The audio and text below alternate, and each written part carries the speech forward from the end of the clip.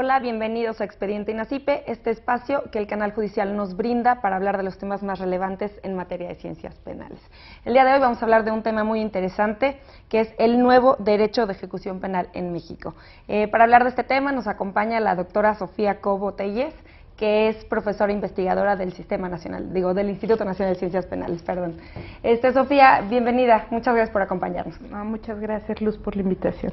Sofía, quisiera que nos pudieras contar de una manera breve, porque sé que es una explicación muy amplia, en qué consiste el derecho de ejecución penal.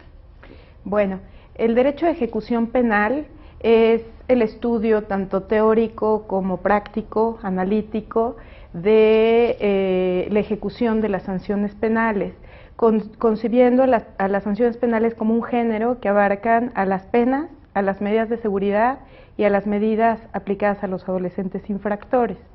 Este derecho debe de ser preferentemente aplicado por una autoridad jurisdiccional sui generis, que conocemos como juez de ejecución, el cual debe de velar por la protección de los derechos de los sentenciados, pero también es importante que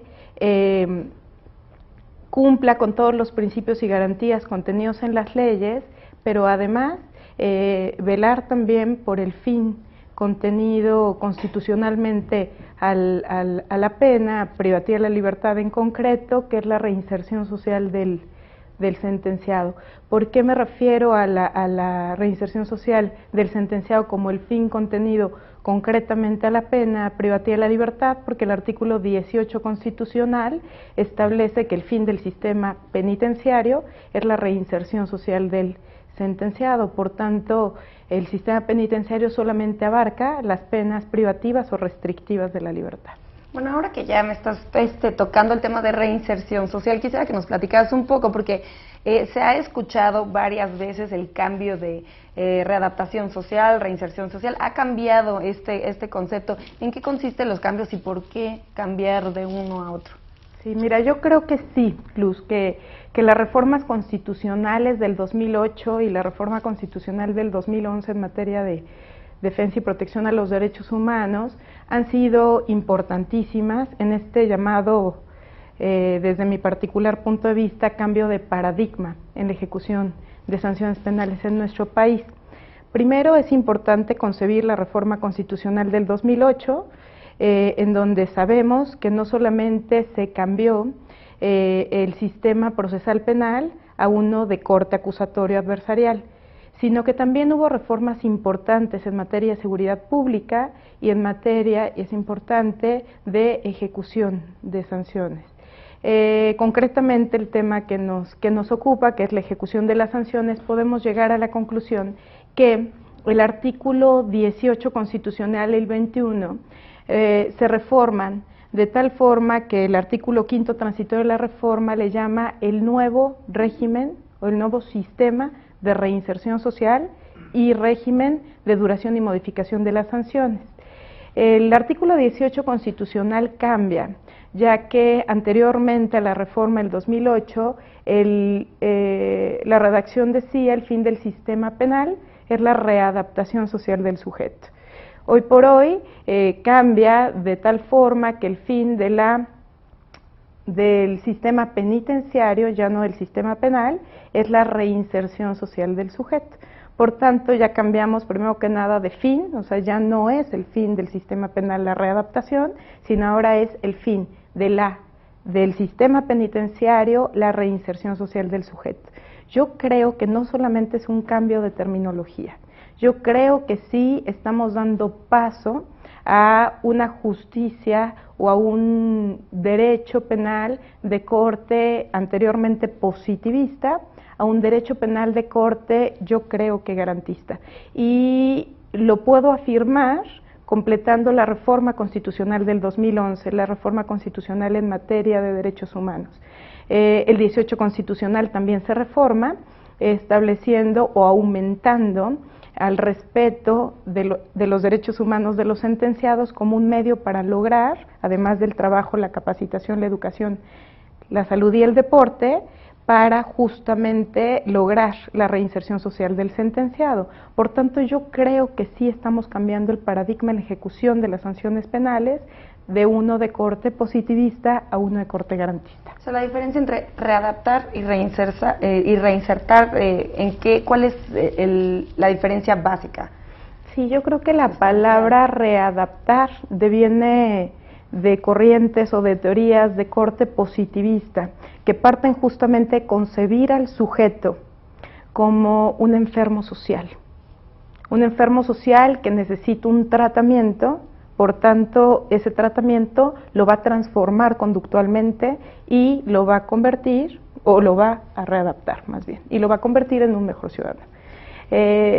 Históricamente, estas tesis o estas teorías de corte positivista han progresado, ¿no? Sabemos que hoy por hoy las tesis de corte positivista han sido suplidas por la criminología crítica, ¿no? Concretamente, aquellas corrientes abolicionistas o de garantistas, por ejemplo, que devienen o parten de la idea de ya no conceptualizar al sujeto como un inadaptado social o como un enfermo social, sino más bien al sentenciado como una persona la cual se le van a proteger sus derechos, ¿no? Se le van a garantizar los derechos, siendo que este sujeto a este sujeto no se le pueden limitar derechos que la sentencia misma no le ha restringido, ¿no? Por tanto, debemos de concebir o de partir de la reinserción social, concibiendo al sentenciado como un sujeto de derechos, constitucionalmente establecidos por las normas. Okay, no sé si pudiera aplicar, por ejemplo, o sea, entonces el sentenciado no es un delincuente, sino es una persona que cometió un delito, que sigue siendo persona normal como todos los demás. Claro. Quisiera que me pudieras diferenciar en por qué hablar de un derecho de ejecución y no de un derecho penitenciario, si en realidad estamos hablando del sistema penitenciario. Sí, justamente también en esto deviene, o creo que debe de venir estas reformas y este cambio de paradigma. Si concebimos el nuevo derecho de ejecución penal desde el enfoque de una justicia restauradora, no de una justicia de corte retributivo, como anteriormente las tesis positivistas la concebían, podemos llegar a la conclusión, ¿no?, de justamente concebir al sujeto en aras de una prevención especial, ¿no?, y en aras de reinsertarlo socialmente a la sociedad con menores condiciones de vulnerabilidad, y también a la víctima desde un enfoque restaurador, ¿no? Restaurar a la víctima el daño causado. Entonces, este es el objetivo justamente de este nuevo paradigma del derecho de ejecución de penas desde un enfoque garantista. Y yo también creo o considero que hablar de derecho de ejecución penal es mucho más correcto que hablar de derecho penitenciario. ¿Por qué? Porque el principio de la última ratio, y también el principio de la mínima intervención establecen justamente que la forma de reacción estatal con respecto al delito debe de ser alternativa a la prisión, ¿no? Se deben de sugerir formas diferentes de reacciones estatales en torno al delito, no solamente las penas privativas o restrictivas de la libertad. Eso estudia justamente el derecho penitenciario. Entonces, si consideramos al principio de la última ratio justamente... ¿Podríamos especificarle al auditorio en qué consiste? El principio de la última ratio justamente es el principio en el que el juez, ¿no?, el juez que es el encargado de individualizar la pena, debe de pensar antes, ¿no?, a la hora de individualizar la pena, de sanciones alternativas a la prisión o a las penas privativas o restrictivas de la libertad. Es decir, debe de preferir, ¿no?, a las penas privativas o restrictivas de la libertad. La última opción, o sea, cuando ya no hay más. La última ratio. que va de la mano con el principio de mínima intervención.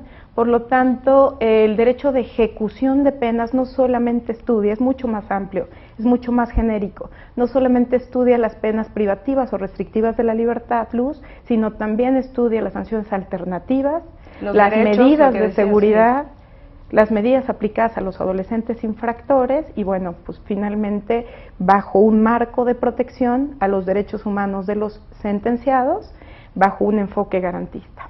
¿Este derecho de ejecución se encuentra legislado? ¿Hay alguna ley que diga cómo debe de actuar? Sí, fíjate que es un tema interesante, ya que hace pocos días sabemos que el Congreso de la Unión aprobó una serie de reformas, una reforma en concreto al artículo 73 constitucional, fracción 21ª, en materia de conocimiento de leyes generales por parte del Congreso de la Unión. Y sabemos que, bueno, a partir de que las legislaturas de los estados aprueben, que sabemos que es el paso siguiente, que las legislaturas de los estados aprueben justamente esta reforma al 73 constitucional, fracción 21ª, sabemos que va a existir ya un código único de procedimientos penales, pero también se va a crear una ley general en materia de ejecución de sanciones y de medios alternativos de solución de conflictos. Yo celebro mucho, sí, que también se haya considerado a los medios alternativos de solución de conflictos y a la ejecución de las sanciones en la reforma de la fracción 21ª del artículo 73 constitucional, porque sabemos que ambas materias son materias complementarias al proceso penal de corte acusatorio. Algunos diríamos, en concreto, la ejecución de las penas es conocido, debe ser conocida como la última fase del procedimiento penal de corte acusatorio. En las reformas justamente el 2008, ya hace ratito mencioné, que el artículo 5º transitorio establece un plazo perentorio a las legislaturas de los estados de 3 años a partir del 2008, que fue la fecha del decreto, que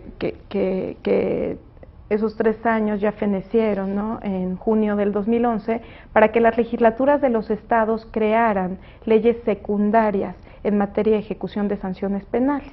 Y sí, casi todas las legislaturas de los estados para junio del 2011 ya tenían su ley secundaria en la materia, pero la Federación no. Es la fecha que la Federación todavía no tiene una ley en materia de ejecución de sanciones, ¿no?, en base a la pregunta que me hacías.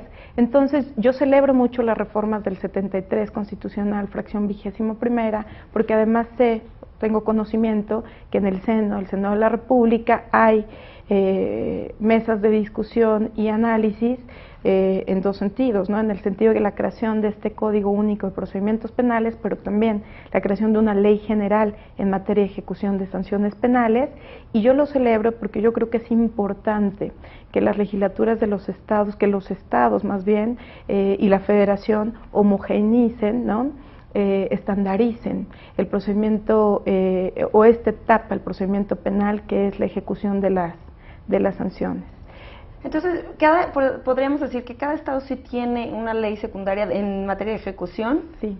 Y la Federación va a crear una. ¿Cuál sería quedaría la de la Federación sobre las de las estatales? O sea, sería como un código único, ya no tendrían validez las anteriores. Una ley general. Las leyes generales, recordemos que tienen aplicación para todas las esferas de gobierno en todos los ámbitos, en el ámbito federal y en el ámbito estatal. Sofía, tenemos que hacer un corte, pero regresamos con este tema tan interesante. Okay. Al auditorio, por favor, continúen con nosotros, estamos en Expediente INACIPE.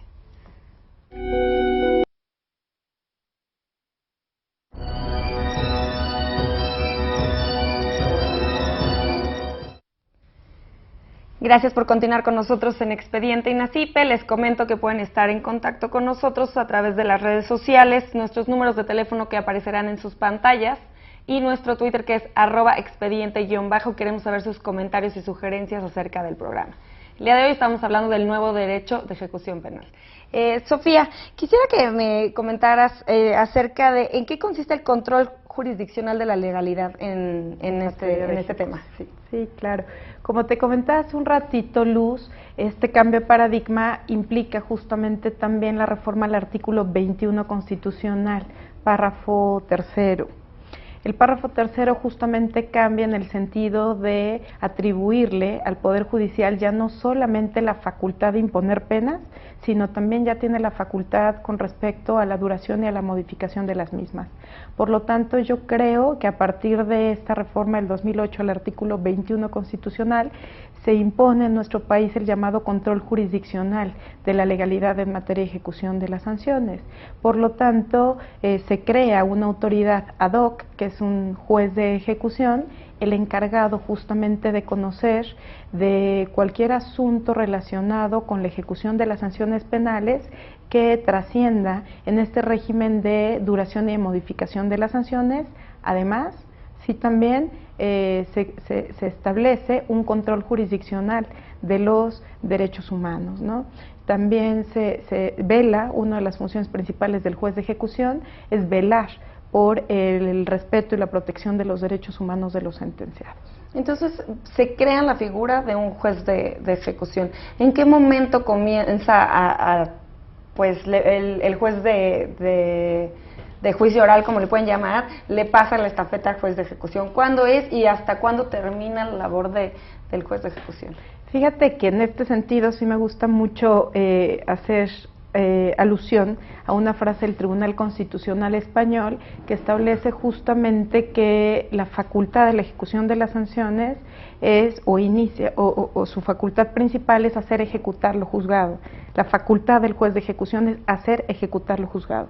Por lo tanto, el momento en el que procesalmente debe de iniciar la función de un juez de ejecución es justamente cuando la sentencia ya es cosa juzgada. ¿Y por ejemplo, se tienen que crear jueces de ejecución? ¿Qué estudios tienen que tener? ¿Deben de ser especializados? Los jueces que antes solo había un solo juez, ¿no? En el sistema que todavía nos rige, esos jueces deciden, bueno, yo quiero ser juez de ejecución a partir de ahora, ¿o cómo funciona? Bueno, yo creo que es interesante el proceso justamente de capacitación y de designación de estos jueces de ejecución de penas o de sanciones penales, como yo le llamo. Yo considero que sí deben de ser jueces especializados. Yo parto justamente de la idea de que justamente esta última etapa del proceso penal de corte acusatorio, que es la ejecución penal, es muy distinta, sus fines son muy distintos a las etapas anteriores. Las etapas anteriores hasta la etapa de juicio oral, sabemos que el objetivo de estas etapas es llegar a la verdad real o histórica de los hechos y comprobar la participación del procesado, en tanto que el fin de la ejecución de penas es un fin que va mucho más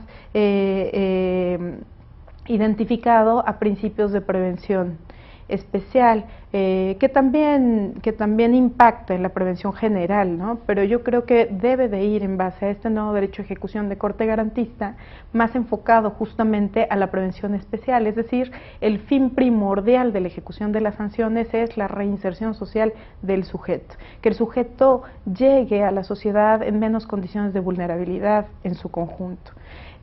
Por tanto, yo creo que el juez de ejecución de penas tiene que ser una autoridad con conocimientos específicos con respecto a la ejecución, valga la redundancia, de las sanciones penales, ¿no? Con conocimientos específicos en penología, con conocimientos específicos, por qué no decirlo también, en criminología, y con un enfoque mucho más humanista, mucho más garantista, para que justamente la ejecución sea vista desde este paradigma. ¿Y cómo ha funcionado? ¿Cómo está trabajando esto en los estados? ¿Sí se está llegando a la cantidad de jueces de ejecución necesarios? ¿Sí se ha visto algún resultado del trabajo de los jueces de ejecución que ya se encuentran trabajando? Pues mira, en materia de justicia para adolescentes ya tienen un poco más tiempo los jueces de ejecución de medidas aplicadas a los adolescentes infractores, y es en los que podemos en un momento determinado hacer este estudio de experimentación empírica o estudio práctico, y sí podríamos decir que finalmente es un proceso de cambio, porque en materia ya de justicia para adultos tienen poco tiempo de iniciar sus funciones, ¿no? De 2011 al 2013, yo creo que todavía falta tiempo para poder valorar en materia de justicia para adultos cuál ha sido el actuar de los jueces de ejecución de sanciones. Lo que sí es importante, Luz, dejar en claro es que los jueces de ejecución no deben de ser solamente un medio que institucionalice las decisiones de la autoridad administrativa ejecutora o de la autoridad jurisdiccional, sino más bien tiene que o deben de tener un fin mucho más garantista y mucho más resocializador. Quisiera que nos comentaras un poco cómo fue la transformación, o sea, cómo funcionaba antes de que esta figura existiera, qué pasaba con las penas, con los derechos de los sentenciados. Sí, antes de la reforma al 21 constitucional, antes del 2008, sabemos que la función de ejecución de sanciones era una función eminentemente de corte administrativo, es decir, era el poder administrativo vía, o el poder ejecutivo más bien, vía dirección de centros de reinserción social. Algunas direcciones de centros de reinserción social dependían de las secretarías de seguridad pública, algunas, como en el caso del DF, siempre han dependido de la Secretaría de Gobierno, de la Secretaría de Gobernación. Eran los encargados justamente de la ejecución de las sanciones penales, ¿no? A ellos justamente, o en ellos infería la facultad de este régimen de duración y modificación de las penas. Después de la reforma del 21 constitucional... Una pregunta, cambia. Por ejemplo, si la administración penitenciaria era el que decidía acortar o no, los sentenciados no tenían la oportunidad de reclamar. Pues fíjate que es interesante, fue mi tema de tesis de grado, justamente este estudio, y sí llegué a la conclusión, hice un estudio comparado justamente de este régimen que ya jurisdiccional que ya existía en países como España, ¿no? Portugal, Italia, Francia, entre otros, en donde este control no era un control solamente administrativo como el nuestro, ejecutivo, sino era un control ya jurisdiccional con esta figura. Nosotros aquí le llamamos juez de ejecución, en otros países como España es juez de vigilancia penitenciaria. Pero bueno, si bien es cierto, había un control, pero había también un control jurisdiccional, y nuestro sistema no admitía este control jurisdiccional, pero sí sabemos que el juicio de amparo en un momento determinado podía resolvernos, ¿no?, esta vulneración o violación a los derechos humanos de los sentenciados penales. Entonces, bueno, había indirectamente un control jurisdiccional por medio del juicio de amparo. Quisiera que profundizáramos un poquito en las facultades del juez, ¿no? Ya hemos ido hablando como un poco de ellas, pero bueno, para englobarlo, ¿cuáles son las facultades de este juez? Yo creo que es bien interesante trabajar o platicar acerca de la naturaleza jurídica de los jueces de ejecución, porque yo en diferentes foros justamente he tratado de platicar con respecto a que yo creo o considero que la naturaleza jurídica de estas figuras de control jurisdiccional en la ejecución de las sanciones es diferente en los diferentes países o partes del mundo en donde se ha impuesto. Por ejemplo, yo considero, en base a la Ley Orgánica General Penitenciaria Española, que el llamado juez de vigilancia penitenciaria tiene una naturaleza jurídica distinta al juez de ejecución penal que nosotros, con nuestra reforma al 21 constitucional, quisimos, o que el legislador quiso imponer en el control jurisdiccional en nuestro país. Los españoles, o el juez de vigilancia penitenciaria española, tiene una doble naturaleza jurídica. Por un lado, tiene una naturaleza de corte administrativo. ¿Por qué? Porque tiene funciones propias de la autoridad administrativa, pero también tiene funciones de naturaleza jurisdiccional, ¿no? También controla jurisdiccionalmente la legalidad, el principio de legalidad ejecutiva. Yo creo, considero, ¿no?, que el legislador en el 2008, al reformar el artículo 21 constitucional, instaura la figura del juez de ejecución con la naturaleza eminentemente jurisdiccional. Yo creo que, y lo he estudiado y lo he platicado con algunos colegas, yo creo que la naturaleza jurídica del juez de ejecución de penas en nuestro país no debe de desnaturalizarse y no debe de ser de corte administrativo. Hay leyes secundarias, como por ejemplo la ley de ejecución del DF, que en sus artículos 8 y 9, ¿no?, que establecen las facultades o las funciones del juez de ejecución, le otorgan facultades administrativas, como por ejemplo designar el lugar en donde se van a cumplir las penas, ¿no?, aprobar los traslados, en algunos otros estados de la República visitar las cárceles. Yo creo, bajo mi personal punto de vista, que estas funciones son funciones de naturaleza administrativa que le competen o le siguen siendo competencia, de las direcciones de centros de reinserción social, y que el juez de ejecución de penas solamente debe de actuar como un organismo de control jurisdiccional bajo el principio de legalidad ejecutiva. Justo eso te iba a preguntar en este momento, porque tiene el juez de control, el juez de ejecución, que tener algún tipo de interacción con la administración penitenciaria, sí, porque claro. El juez no tendría la capacidad de estar vigilando a cada uno de los sentenciados. Sí, no. ¿Cómo funciona? Sí, ¿Cómo funcionaría? Porque apenas estamos en camino. Ajá. Sí, bueno, finalmente yo creo que este régimen o este proceso ejecutivo penal, estableciendo o que establece recursos e incidentes, ¿no?, en los que el abogado del sentenciado, en este caso del interno, puede hacer valer ante la autoridad jurisdiccional, ante el juez de ejecución, alguna violación o vulneración a sus derechos humanos, ¿no?, entre ellos incluyendo este régimen de duración y modificación de las penas, ¿no? Por ejemplo, en materia de beneficios preliberacionales, justamente cuando él considera, ¿no?, bajo asesoría de su defensa, de su defensor, de su abogado, que ya se encuentra en tiempo y en forma para poder iniciar un proceso para la obtención de algún beneficio preliberacional.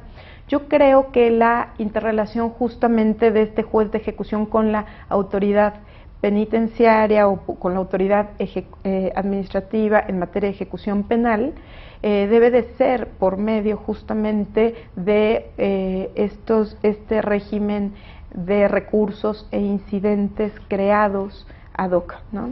Ahora que me estás dando el ejemplo de que, bueno, el abogado defensor del sentenciado podría, no sé cómo se diga, apelar o recurrir a beneficios penitenciarios, como que me falta alguien, ¿no? O sea, está el juez, está el abogado defensor, pero existe algún tipo de ministerio público, como que me faltaba la contraparte, porque el defensor tendría que tener también saber si tienen especialización en penitenciario y saber si hay un ministerio público. Sí, hay un ministerio público y debe de haber, ¿no?, un ministerio público en el proceso ejecutivo penal, es una de las partes en el procedimiento ejecutivo penal. Sabemos que está el juez de ejecución, por un lado está también el sentenciado y su abogado, y bueno, por el otro lado también está el Ministerio Público y en caso, ¿no?, casi todas las legislaturas de los estados, en caso de que lo quiera, también la víctima o el ofendido, ¿no? ¿Y sí existe entonces ministerios públicos especializados en materia de ejecución? Pues bueno, debe de haberlo. Okay. Y ya que me mencionas a la víctima, ¿cuál es el papel de la víctima en la ejecución penal? Bueno, justamente partiendo de este nuevo paradigma, en el que considero que se debe de imponer una justicia restaurativa en la ejecución de las sanciones penales, yo creo que la víctima tiene que tener un papel importante, una presencia en la ejecución penal, ¿no? Yo creo que justamente en base a esta justicia restauradora o restaurativa, ¿sí?, hay instituciones importantes como por ejemplo la reparación del daño que deben de ser materia de la ejecución penal. ¿Y ahora cómo funciona? O sea, la víctima, es que a mí me suena como que la víctima pues desaparece en cuanto al juicio, es sentencia y ya no. Y adiós. Sí, pues es que lógico, ¿no? Lógico que la víctima en muchos casos, bueno, pues no, ya no quiere saber nada del asunto y él piensa o piensan que haciéndose un lado a lo mejor pueden restaurarse, ¿no? O restaurar ese daño sufrido con el delito, pero yo creo que no pueden no hacerlo directamente, sino a través de la figura de su abogado, ¿no? Y puede justamente el abogado ser su representante en materia de ejecución, sobre todo en materia de reparación del daño. Hay instituciones bien interesantes, como por ejemplo en el Código de Michoacán, que habla de la reducción de la pena por el pago de la reparación del daño, ¿no? Hay figuras importantes de justicia restaurativa que son, y lo habíamos platicado alguna vez tú y yo, estos llamados tratados de paz, círculos de sentencia, reuniones víctimas, sociedad, infractor, que en un momento determinado yo creo que nos pueden ayudar muchísimo a restaurar el daño causado no solamente a la víctima, sino también a la sociedad en su conjunto. Y en la nueva ley de víctimas no viene pues nada del tema de ejecución. Pues yo creo que no, la verdad no la he leído completamente, pero yo creo que sí, la ley de víctimas deja a un lado, ¿no? Deja a un lado el papel de la víctima en materia de ejecución. Quisiera que nos platicaras un poquito de los principios que deben de regir la ejecución de las penas. Los principios, bueno, considerando justamente a la ejecución de las penas como la última fase del procedimiento penal de corte acusatorio, muchos de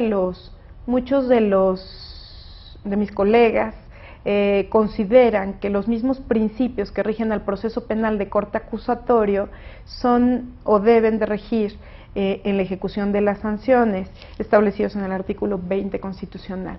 Yo creo que sí deben de regir la mayoría de estos principios, pero si consideramos o partimos de la idea, como te decía yo hace un momento, de que el proceso o la etapa ejecutiva penal tiene un fin distinto a las demás etapas del proceso penal de corte acusatorio, yo creo que ahí sí podríamos establecer que se pueden aplicar en general los principios del proceso penal de corte acusatorio en general, pero hay algunos que no podemos aplicar de manera...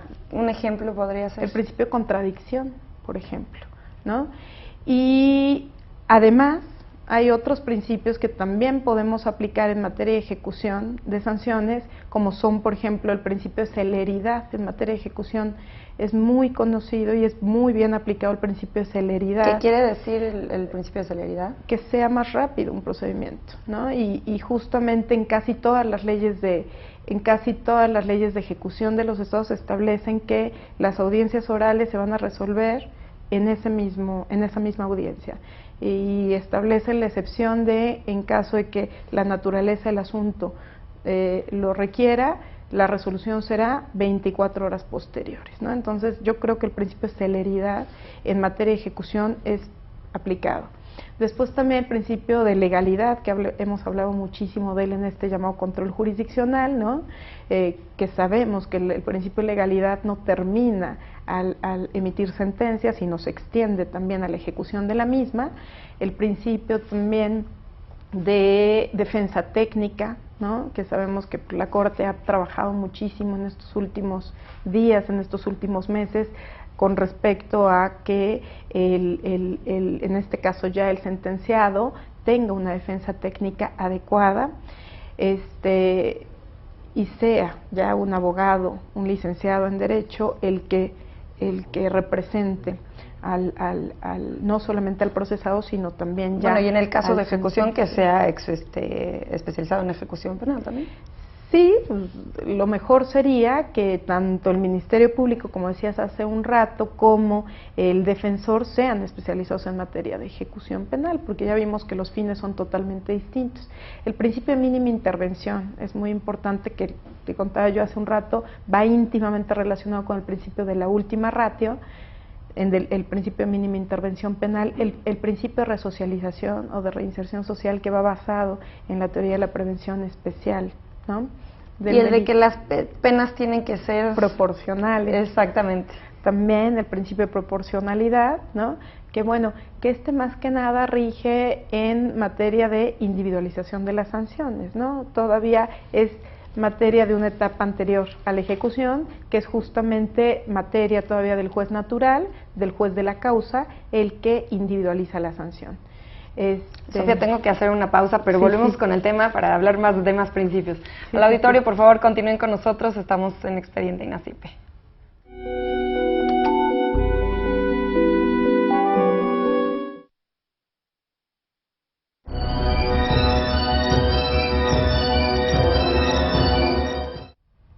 Gracias por continuar con nosotros en Expediente INACIPE. Les recuerdo nuevamente que pueden estar en contacto con nosotros a través de los números telefónicos que aparecerán en sus pantallas, así como en las redes sociales, nuestro Twitter, que es @expediente_. Los invito a seguirnos y a darnos sus comentarios y sugerencias acerca del programa.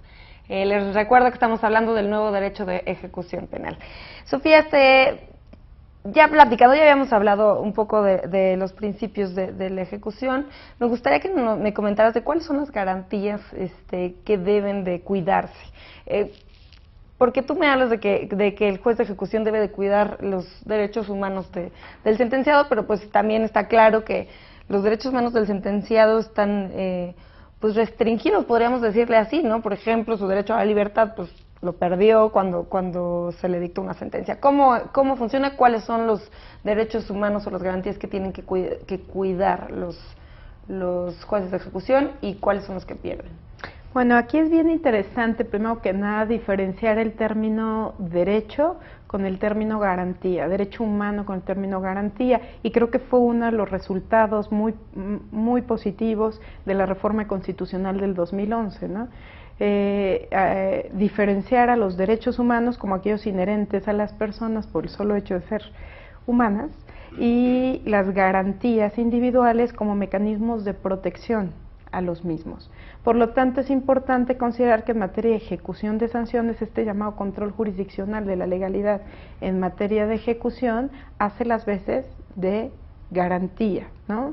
Garantiza justamente los derechos humanos protegidos constitucionalmente, en concreto en materia de ejecución en el 18 constitucional. Hay una tesis bien interesante que es una tesis civilista de un autor de apellido Lazar-Baster, que habla de la tesis de la sujeción especial. Esta tesis de la sujeción especial parte justamente de la idea de que todos los ciudadanos no nos encontramos en un plano de igualdad con respecto a nuestros derechos cuando estamos en presencia del Estado como poder soberano. Pero además, si esta tesis de la sujeción especial la traducimos a la ejecución de las sanciones penales, estos derechos todavía son mucho más disminuidos. ¿Por qué?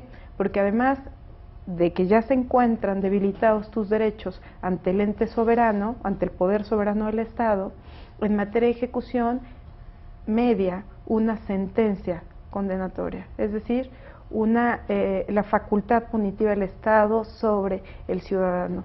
Por lo que muchos autores como Rivera Beiras han hablado justamente de esta construcción de derechos de segunda categoría con respecto a los derechos humanos de los sentenciados. Es evidente, como tú lo has dicho, esta disminución de derechos, pero lo que tenemos que tratar de hacer para que justamente la ejecución de las sanciones sea más garantista es tratar de limitar en lo menos posible los derechos humanos de los sentenciados.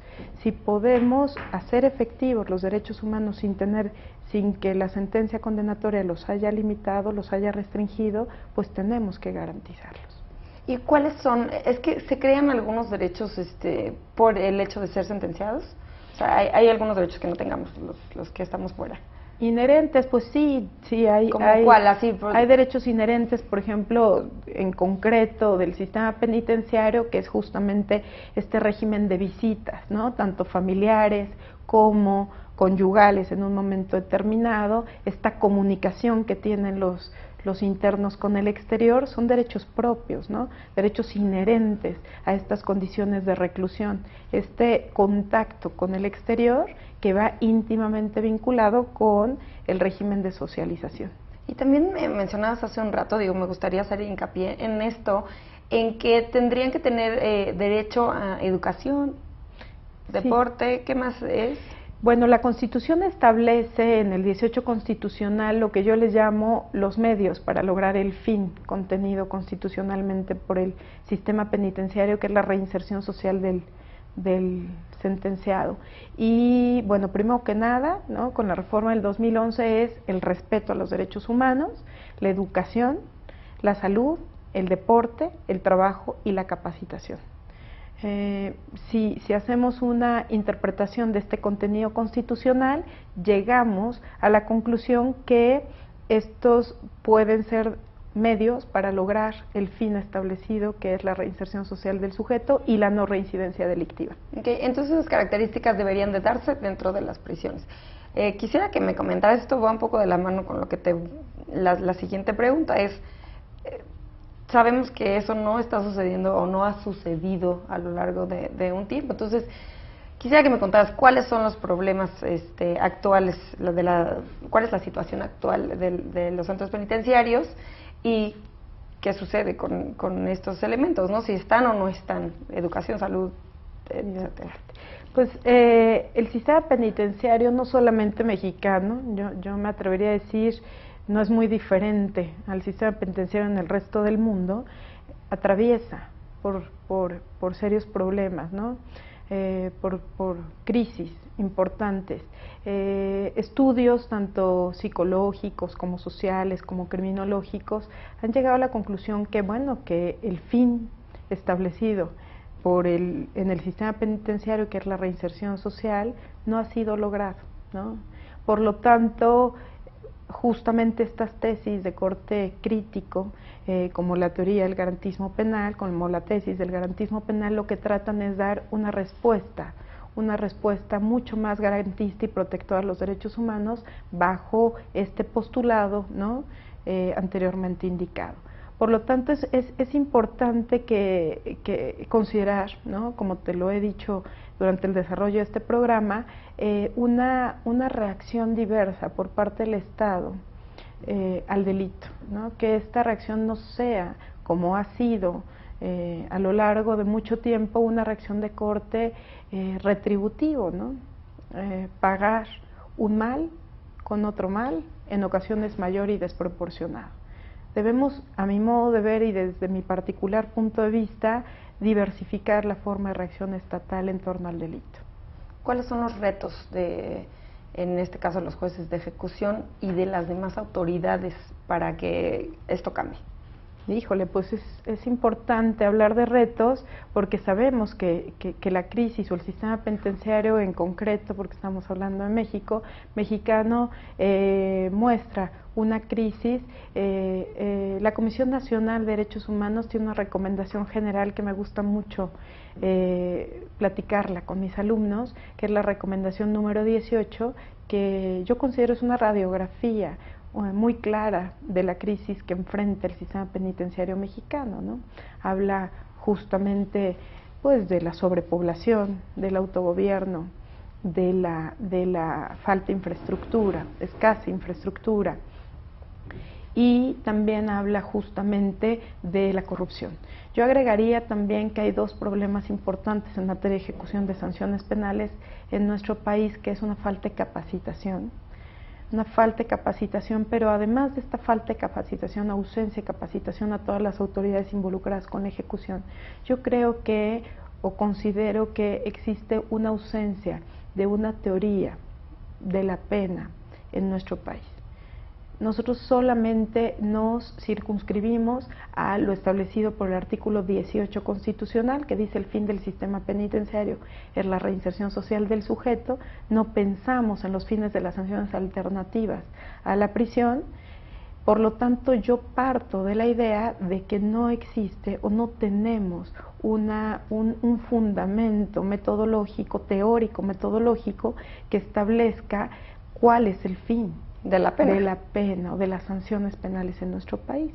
Por lo tanto, yo creo que sería importante, sí, trabajar, ¿no? Ese es un reto, por ejemplo, en mi persona, trabajar con respecto a estudiar, ¿no?, desde un enfoque teórico metodológico, propuestas, ¿no?, propuestas reales con respecto a cuál es el fin alcanzado por las sanciones penales en nuestro país, y que bueno, que estas propuestas se contemplen en esta política pública en materia de ejecución de sanciones en México. ¿Y en otros países sí existen teorías en que definan o que establezcan cuál es la finalidad?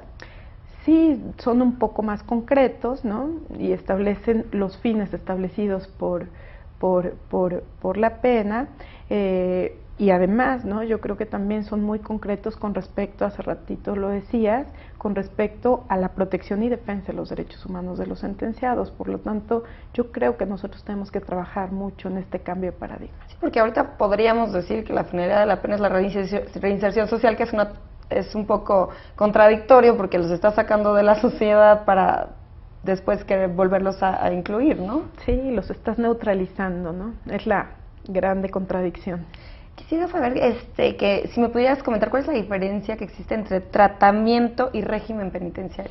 Bueno, hemos hablado a lo largo del desarrollo del programa de este llamado sistema penitenciario. Yo creo que este sistema penitenciario es un todo, ¿no? Hay que concebir al sistema penitenciario como un todo, el cual va a estar integrado, por ejemplo, por las normas, ¿no?, en la materia, por el recurso humano, no solamente las autoridades o los servidores públicos penitenciarios, sino también por los internos y, por qué no decirlo, los familiares o los amigos que visitan, o los abogados que visitan los centros de reinserción social, y la infraestructura, ¿no? Es el llamado todo penitenciario. Dentro de este sistema penitenciario podemos ubicar el régimen y el tratamiento penitenciario, como lo decías hace unos minutos. El régimen penitenciario yo lo denomino el día a día penitenciario, que se encuentra naturalmente contenido en los reglamentos internos, en los reglamentos de cada centro de reinserción social, ¿no? Por tanto, por la naturaleza de cada uno de los centros de reinserción social, el reglamento y el régimen deben de cambiar, naturalmente deben de ser diferentes. Y su diferencia con el tratamiento penitenciario es que el tratamiento penitenciario es individualizado, va encaminado a la prevención especial y va encaminado justamente al sujeto sentenciado. Se le va a aplicar, ¿no?, un programa, un plan o programa personalizado en la ejecución de las sanciones penales con el fin de una reinserción social. Por lo tanto, la diferencia entre régimen y tratamiento es que el régimen va dirigido a toda la población de un centro penitenciario. El tratamiento es un programa personalizado a cada uno de los internos, dirigido a una prevención especial. Sofía, ya nos quedan solo unos minutitos y quisiera que nos platicaras, porque sé que recientemente te integraste como profesora investigadora en el INACIPE, y quisiera que nos contaras un poquito de cuál es tu trabajo de investigación. Justamente lo que platiqué contigo hace un rato, lo que yo quiero trabajar o el objetivo o mi línea de investigación al interior de la Dirección de Investigación en el INACIPE es justamente trabajar una teoría en torno a los fines de la ejecución penal en nuestro país, y que esta teoría oriente, ¿no?, establezca una serie de principios o fundamentos dogmáticos que pueda orientar a la elaboración de leyes de ejecución. En este caso, sabemos que con la reforma del 73 constitucional a la Ley General en materia de ejecución, ¿no?, que tenga ya un objetivo dirigido en base a principios o fundamentos teóricos o dogmáticos. Y ya platicando un poco en tu función, ya con esta finalidad de tu investigación, ¿cuáles son las herramientas que tú crees que necesites para llegar a culminar tu investigación? Bueno, yo ya tengo un poquito más de 13 años, ¿no?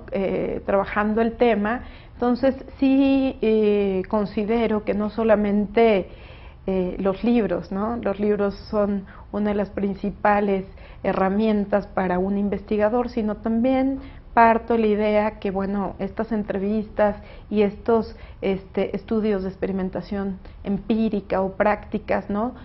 Visitar los centros de reinserción social, entrevistar a los internos, ¿por qué no decirlo en un momento determinado? A sus familiares, a sus defensores y a esta figura tan importante en el nuevo derecho penal mexicano, que es el juez de ejecución, yo creo que pueden ser importantes para la investigación. Muchas veces se critica, por ejemplo, que se hagan ejercicios de derecho comparado, porque se puede decir que se ha dicho, ¿no?, que el nuevo sistema penal es una copia de otro y así. Pero a ti te ayuda el tener conocimiento de Sí, yo creo que sí.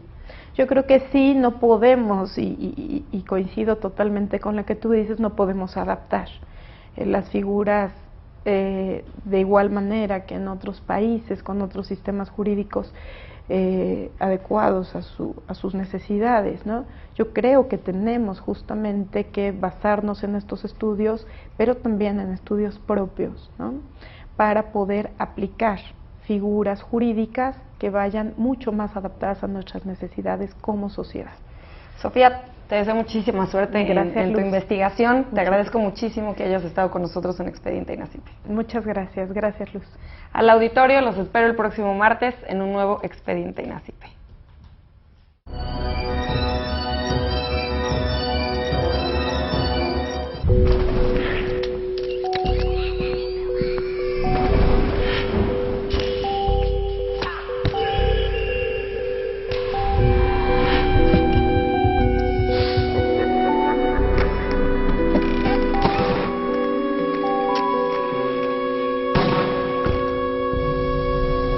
Thank you.